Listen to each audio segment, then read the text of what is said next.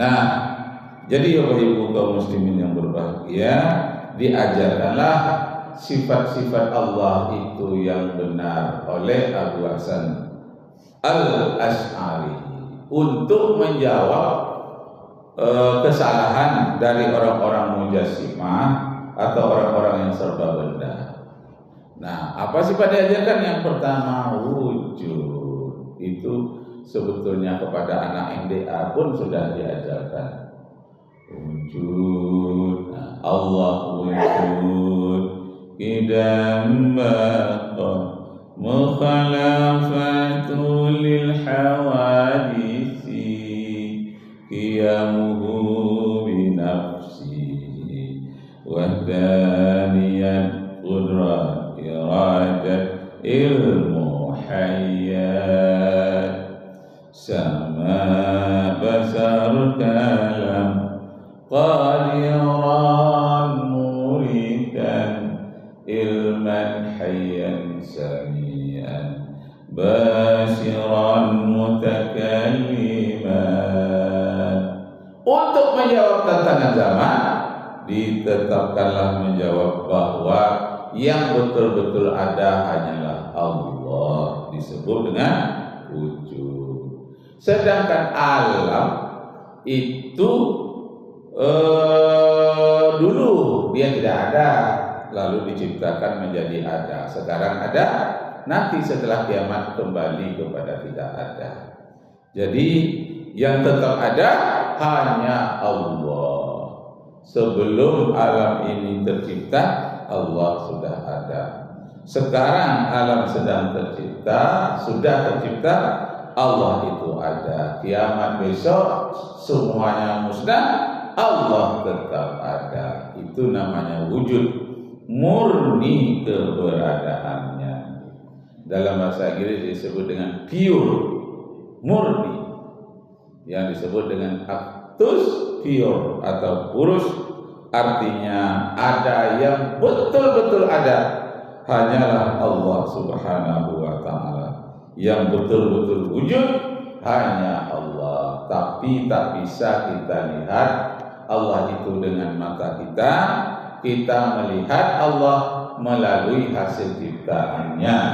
Berdasarkan surat Ali Imran ayat 190 dan 191 yang menyatakan, inna fi khalqis samawati wal ardh wa ikhtilafil laili wan nahar la ayatin li ulil albab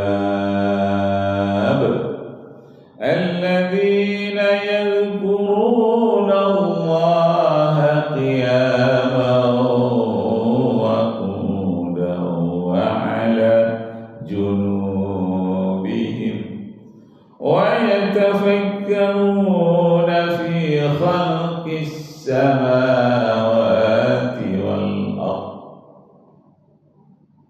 rabbana ma khalaqta hadha batila subhanaka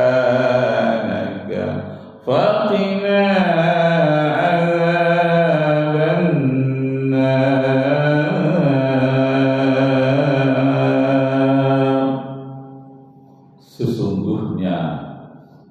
penciptaan langit dan bumi, silih bergantinya malam dan siang adalah merupakan tanda-tanda keberadaan Allah Subhanahu wa ta'ala.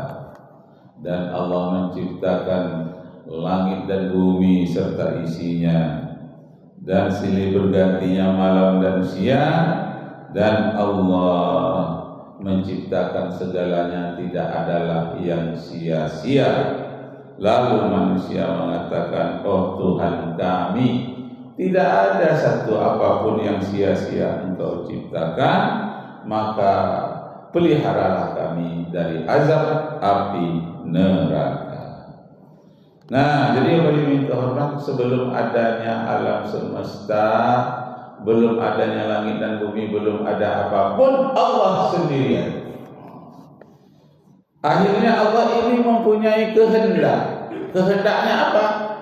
Kehendaknya Allah adalah menciptakan alam semesta untuk menunjukkan kepada alam semesta tentang keberadaannya, karena dia ingin dikenal. Jadi Allah itu ingin makhluknya mengenal dia, terutama manusia, ingin dia dikenal. Bagaimana agar Allah ini dikenal oleh makhluknya?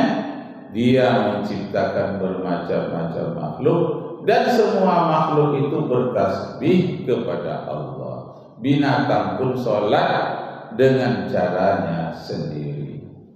Di dalam surat An-Nur ayat 41, engkau lihat burung-burung yang berkicauan di dahan kayu, dan ada yang berterbangan di udara sambil bernyanyi-nyanyi dan mengembangkan sayapnya. Pada dasarnya mereka adalah bersyukur dan berdoa kepada Allah. Doa itu di dalam bahasa Arab yang permintaan, dan sholat itu artinya doa. Jadi as-sholatu fil lughati doa. Jadi sholat itu menurut bahasa artinya doa. Jadi secara umum orang yang berdoa itu sholat.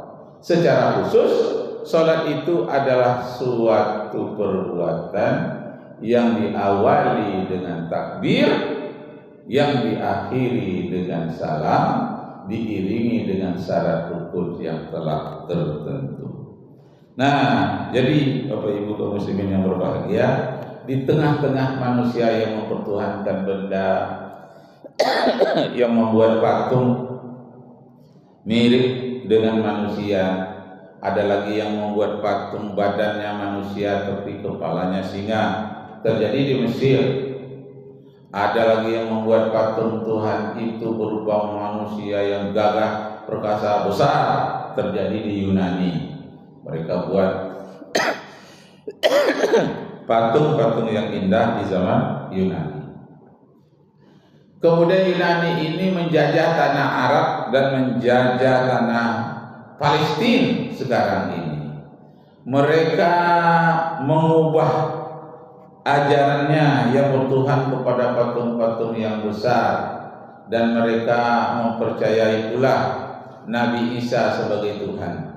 Maka Nabi Isa dia buat patungnya besar-besar, patung salib, dan kemudian Nabi Isa itu dianggap sebagai Tuhan oleh orang Yunani dan Romawi. Kenapa? Karena mereka terbiasa menyembah dewa-dewa mereka, di antaranya bernama dewa Zeus. Maka mereka pindahkanlah kepercayaannya kepada dewa Zeus kepada Nabi Isa alaihi salam yang mereka sebut dengan Yesus. Itu bahasa Romawi, bahasa penjajah. Romawi dan Yunani menjajah tanah Israel, menjajah tanah Palestina, menjajah tanah Mesir.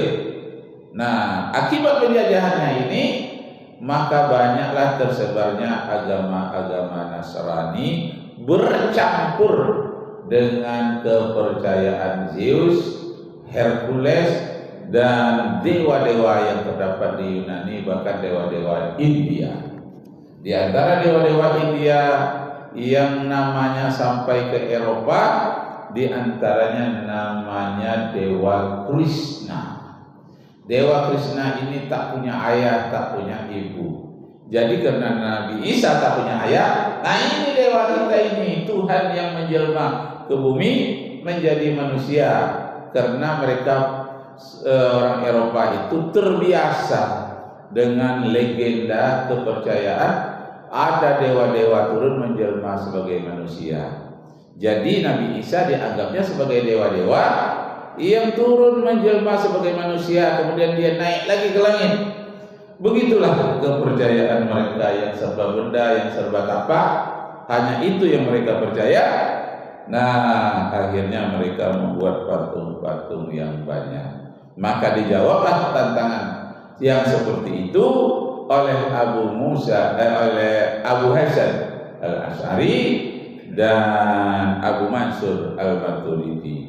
Jangan disamakan patung-patung itu, penyembahan terhadap pohon berhala, batu-batu besar. Jangan, itu syirik namanya. Tapi percayalah kepada Allah, Dia tidak bisa dilihat oleh mata kita, tapi Dia senantiasa rahmatnya, karunia-Nya, pengawasannya senantiasa terhadap kita. Maka apabila kita lihat matahari terbit kemudian terbenam, itu adalah pekerjaan Allah Subhanahu wa taala. Dengan kita melihat kejadian-kejadian yang maha dahsyat itu tak bisa dilakukan oleh manusia, oleh dewa siapapun, hanya bisa dilakukan oleh Allah, menerbitkan dan menenggelamkan matahari. Itu hanya pekerjaan Allah. Itu namanya kita sudah melihat Allah. Tapi bukan fisik yang kita lihat, yang kita lihat adalah kekuasaannya. Pagi-pagi kita bangun, kita masih bernapas. Napas kita nampak atau tidak? Nampak kok? Tidak. Sedangkan napas kita aja nggak nampak. Apalagi yang menciptakan napas kita siapa? Allah Subhanahu wa taala. Walaupun napas kita tidak nampak, tetapi ada. Kalau tidak bernapas lagi, kita letakkan tangan kita di hidung, tak ada napasnya lagi, ada, mati dia tuh. Terasa tetapi tidak kelihatan. Itulah Allah Subhanahu wa taala, kekuasaannya maha dahsyat. Dia tidak kelihatan tapi terasa. Jadi kalau hanya beriman kepada yang tampak-tampak saja, harus dibuat dalam bentuk patung, itu namanya kita kembali kepada zaman jahiliyah. Dibuatlah 360 patung di sekeliling Ka'bah. Kenapa? Cara berpikirnya serba benda, harus ada bendanya. Padahal banyak sekali di dunia ini dia tidak tampak tapi ada. Pertama, napas kita tidak nampak tapi ada. Yang kedua, roh kita. Kalau kita tidak ada roh lagi, makan tidak bisa, minum tidak bisa, karena ada roh di dalam tubuh kita. Tapi apakah roh kita nampak? Tidak. Tidak nampak tapi terasa. Nah, itulah di dalam Al-Quran dikatakan, yas'alunaka 'anir ruh.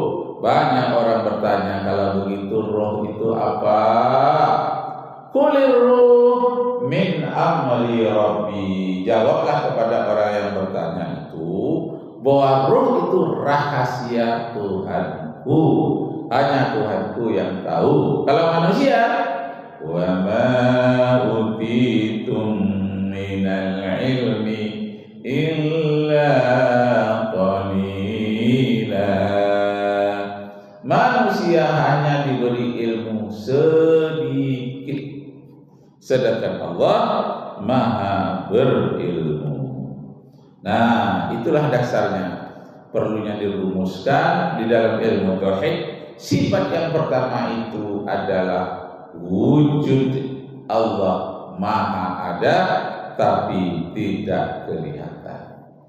Yang ketiga lagi yang tidak kelihatan dalam ilmu pengetahuan, yakni gravitasi, daya tarik. Kita ini memanjat lalu jatuh ke bawah karena ditarik oleh bumi. Daya tarik itu tidak nampak tapi terasa. Boleh dicoba gitu ya. Gelas, botol dilemparkan ke atas, dia akan jatuh ke bawah. Kenapa? Karena ditarik oleh bumi. Bumi mempunyai gravitasi. Tetapi daya tarik bumi itu hanya apabila dekat dengan bumi. Apabila jauh dari bumi, tidak ada daya tarik bumi lagi. Jadi Apollo berangkat dari bumi, itu dia memakai ledakan yang besar dari mesinnya, terus untuk melompat ke atas sampai ke ruang hampa udara, di mana daya tarik bumi tak ada lagi. Itu sebabnya pesawat itu kalau dia terbang berusaha untuk setinggi-tingginya, apalagi antar benua dari Indonesia ke Arab Saudi harus tinggi. Kenapa? Kalau ke bawah nanti daya tarik bumi kuat. Makin ke atas, daya tarik bumi semakin ringan. Ke atas terus, tak ada lagi daya tarik bumi. Jadi bisa mengapung dia di ruang angkasa, ke atas tidak, ke bawah tidak. Kenapa? Tidak ada gravitasi dari bulan, daya tarik bulan tidak ada, daya tarik bumi juga tidak ada, sehingga bisa dia mengapung, melayang-layang di sana di ruang hampa udara. Jadi kalau dekat ke bumi akan ditarik oleh bumi. Kalau kita mendekat ke bulan, kita akan jatuh ke bulan. Nah, seperti itu juga kehidupan kita sehari-hari. Kalau kita mendekat kepada iblis,